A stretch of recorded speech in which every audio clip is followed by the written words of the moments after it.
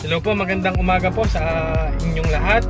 For today, susubukan naman po natin ang kakayanan ni Chili Cool Ray sa mga paahon o kaya yung matatarik na daan o yung tinatawag nating uphill.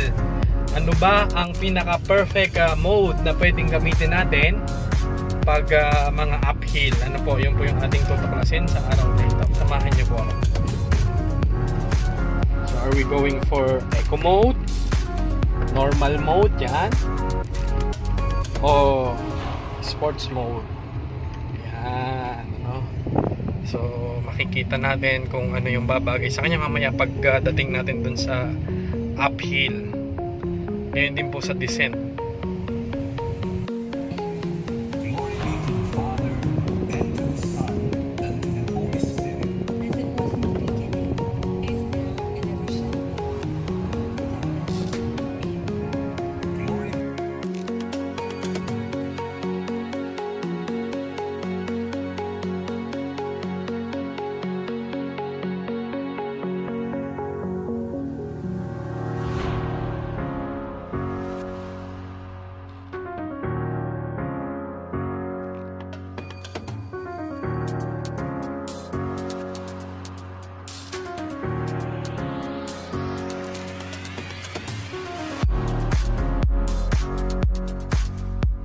Ito po yung advantage ng naka-sports mode.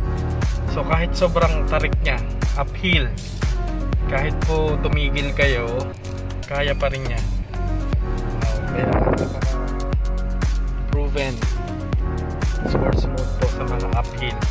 Hindi ko pa po natatry kung pag mag-eco mode ka, pero ang akin naman, kaya nga po nandyan ang sports mode, so why not use the best for this kind of road. Ito yung mga uphill po.